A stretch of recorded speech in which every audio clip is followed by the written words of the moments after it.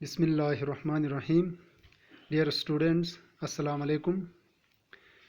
Lecture number 5 के अंदर जो हैं आज हम पढ़ेंगे कुछ बेसिक टर्मिनोलॉजीज़, कुछ बेसिक डिफिनीशंस और उसके साथ साथ एक इम्पॉर्टेंट और इंटरेस्टिंग एक टॉपिक पढ़ेंगे जो कि है डीएनए डबल हेलिकल मॉडल।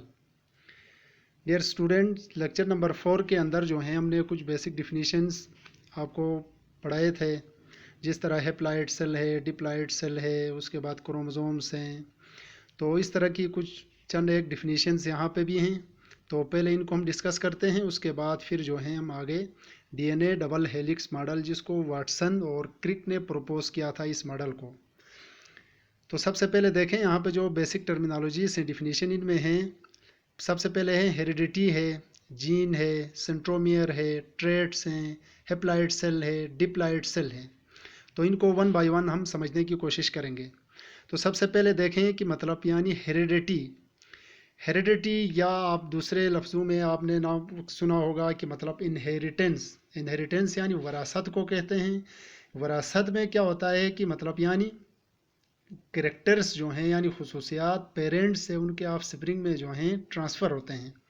तो कैरेक्टर से मुराद यानी पेरेंट्स के अंदर जो खुसूसियात हैं, जिस तरह हाइट है, आई कलर है, आई स्टाइल है, हेयर कलर है, हेयर स्टाइल है, these are all the traits characters. अब ये कैरेक्टर्स जो हैं पेरेंट्स से ऑफ स्प्रिंग में क्या हो जाते हैं, मुंतकिल हो जाते हैं। और यही प्रोसेस क्या कहलाता है, यानी हेरिडिटी कहलाता है, या इसको हम इनहेरिटेंस कहते हैं यानी वरासत। तो हेरिडिटी की जो डिफिनीशन बनेगी वो यहाँ पे मैंने कोड किया है, transfer of genetic factors from one generation to the next. यानी जेनेटिक फैक्टर से मुराद यानी यहाँ पे कैरेक्टर्स ही हैं, यानी खुसूसियात जो पेरेंट्स से उनके ऑफस्प्रिंग तक के ट्रांसफ़र होते हैं। तो इनको हम क्या कहेंगे, हेरिडिटी कहेंगे इसको। नेक्स्ट डिफिनीशन है हमारे पास जीन।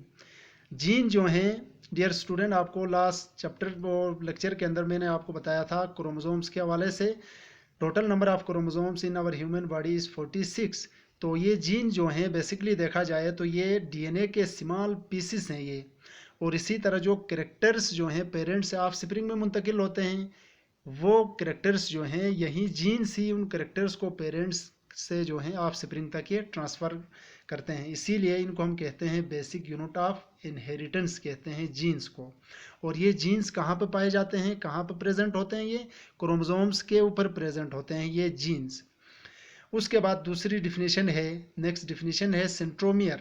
सेंट्रोमियर से मुराद यानी ये जो डायग्राम आपको नज़र आ रहा है, यहाँ पे मैंने जो ड्रा शेप स्ट्रक्चर जो मैंने ड्रा किया है, ये एक पूरा क्रोमोसोम है।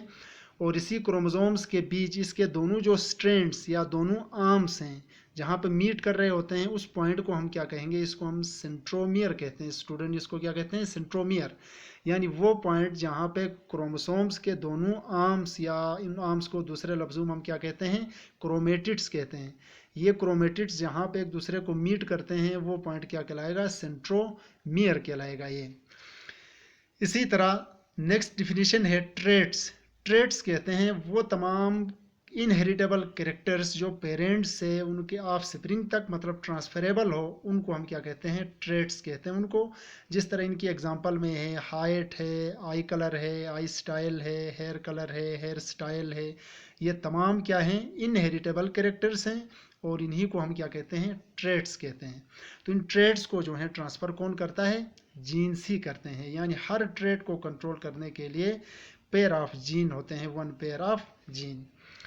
उसके बाद नेक्स्ट डिफिनीशन है हमारे पास हैप्लॉइड सेल और डिप्लॉइड सेल। इन्हीं का जो है मैंने लास्ट लेक्चर के अंदर भी मैंने जिक्र किया था। हैप्लॉइड सेल से मुराद यानी ऐसा सेल जिनके अंदर जो है क्रोमोसोम सिंगली प्रेजेंट हो, उसको हम क्या कहते हैं, हैप्लॉइड सेल। और हैप्लॉइड सेल जो हैं उस कंडीशन को हम जो है रिप्रेजेंट करते हैं 1n से। ब्रैकेट के अंदर जो है मैंने 1 और स्मॉल n से इसको मैंने शो किया है। इसी तरह डिप्लॉइड सेल से मुराद वो क्रोमोसोम्स या सेल्स जिनके अंदर जो है मतलब वो क्रोमोसोम्स पेयर फॉर्म में हो, उनको हम क्या कहते हैं, डिप्लॉइड सेल।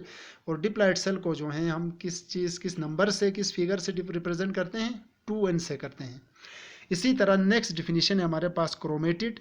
क्रोमेटिड जो हैं ये जो क्रोमोसोम आपको नज़र आ रहा है, इसके अंदर जो स्ट्रैंड्स हैं, जो आर्म्स हैं, इन्हीं आर्म्स को ही हम क्या कहते हैं, क्रोमेटिड्स कहते हैं। यानी दूसरे लफ्ज़ों में आप क्रोमेटिड की कंसाइज डिफिनीशन आप ये याद रखेंगे कि मतलब the longitudinal half of chromosome is called chromatids, यानी एक क्रोमोसोम का जो लॉन्गिट्यूडनल जो हाफ बनता है उसको हम क्या कहेंगे, क्रोमेटिड। डियर स्टूडेंट्स, इसके बाद अब हम पढ़ेंगे जो टॉपिक है वो है Watson and Crick DNA model. ये इंटरेस्टिंग टॉपिक भी है और इम्पॉर्टेंट टॉपिक भी है, एग्ज़ाम के पॉइंट ऑफ व्यू से भी आप इसको अच्छी तरह से समझिएगा। तो इस मॉडल को जो है सबसे पहले 1953 में जो है वाटसन और क्रिक ने इसको प्रपोज किया था। अब सबसे पहले हम देखेंगे कि मतलब ये डीएनए बजात खुद क्या है, व्हाट इज़ डीएनए इटसेल्फ। तो इसके लिए मैंने यहाँ पर 4-5 पॉइंट्स आपको मैंने शार्ट करके मतलब इसको लिखे हैं, इनको आपने याद रखना है, इनको आपने मेमोराइज करना है अच्छी तरह से। तो सबसे पहले देखें डीएनए क्या है। DNA stands for deoxy ribo nucleic acid, यानी डीएनए की जो फुल फॉर्म जो बनती है वो क्या है, डीऑक्सी राइबो न्यूक्लिक एसिड।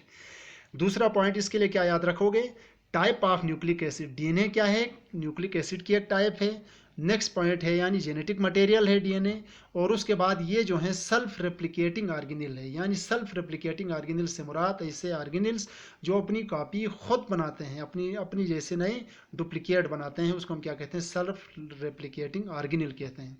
इसी तरह पूरे डीएनए की स्ट्रक्चर आप देखोगे, नीचे डायग्राम मैंने ड्रा किया है, ये डबल स्ट्रैंडेड है यानी 2 स्ट्रैंड से बना है। और ये इसके अंदर जो है क्या है, इसमें नाइट्रोजनस बेसिस हैं डीएनए के अंदर, और नाइट्रोजनस बेसिस 4 तरह के हैं डीएनए के अंदर। पहला है एडेनिन, दूसरा है गवानीन, तीसरा है थायमीन और उसके बाद चौथा क्या है, साइटोसिन। तो ये थे कुछ पॉइंट्स डीएनए के हवाले से। अब हम इसके मेन जो मॉडल है, इस मॉडल का जो स्टेटमेंट है, यानी वाटसन और क्रिक ने जो मॉडल दिया था उस स्टेटमेंट को हम जो है इस डायग्राम के ज़रिए से मतलब इसको मैं समझाने की कोशिश करूँगा। तो डियर स्टूडेंट देखें यहाँ पे जो डायग्राम आपको दिख रहा है, इसके अंदर जो है 2 स्ट्रैंड्स हैं। एक जो है 3 से 5 डायरेक्शन में रन कर रही है, दूसरी जो है 3 से 5 डायरेक्शन में रन कर रही है।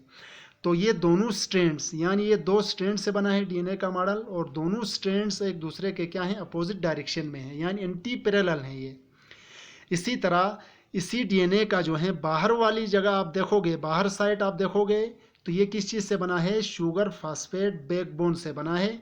और इसके अंदर जो है आप इनर साइड पे देखोगे तो ये जो नाइट्रोजनस बेसिस मैंने यहाँ पे ऊपर लिखवाया है, इन्हीं की हाइड्रोजन बॉन्डिंग बनी हुई है। यहाँ पे एडेनिन का थायमीन के साथ बनेगा, गवानीन का साइटोसिन के साथ, इस तरह से मतलब हाइड्रोजन बॉन्डिंग के ज़रिए से ये दोनों स्ट्रैंड्स जो हैं एक दूसरे के साथ टाइटली क्वाइल्ड हैं, हेल्ड हैं ये। तो इसी तरह ओवरऑल इसका जो मेन जो स्टेटमेंट बनता है वो ये है कि मतलब according to this model DNA is double stranded molecule which is composed of 2 strands and these strands are opposite in direction. Inner side of DNA is composed of nitrogenous bases और इसी तरह इन्हीं नाइट्रोजनस बेसिस के अंदर जो हैं hydrogen pairing भी specific होती है, यानी एडेनिन का पेयर हमेशा बनेगा किसके साथ, थायमीन के साथ बनेगा। और कितने हाइड्रोजन बॉन्ड्स बनेंगे, 2। इसी तरह गवानीन का जो है हमेशा पेयर बनेगा किसके साथ, साइटोसिन के साथ, और उसके दरमियान कितने बॉन्ड्स बनेंगे, 3 हाइड्रोजन बॉन्ड्स बनेंगे। तो ये मॉडल दिया था स्टूडेंट्स वाटसन और क्रिक ने, और इसके लिए ये 3-4 पॉइंट्स आप याद रखें, और साथ में इसका जो डायग्राम है इसको भी याद रखें। तो आज के लिए इतना काफ़ी है। नेक्स्ट लेक्चर के साथ फिर हाजिर होते हैं, तब तक के लिए